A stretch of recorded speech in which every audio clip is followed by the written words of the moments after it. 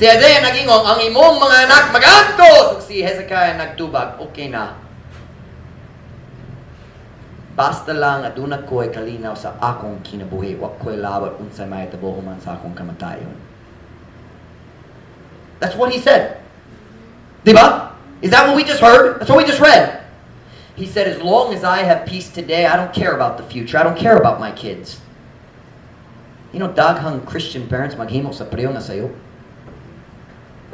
Basta lang na ko'y kalinaw, okay man. That's why we use screens to babysit our children instead of training them in the nurture and admonition of the Lord. Kanang oras ang gamito na to ang mga screen sa pagtudlo sa atong anak. Pag-babysit. Tungod, mas sayon, come on, mas peaceful ang balay kung bata magtanaw sa screen.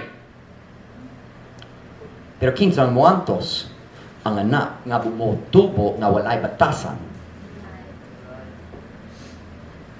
What is that? I want peace in my house. So I'm going to do what's easy for me but wrong for you.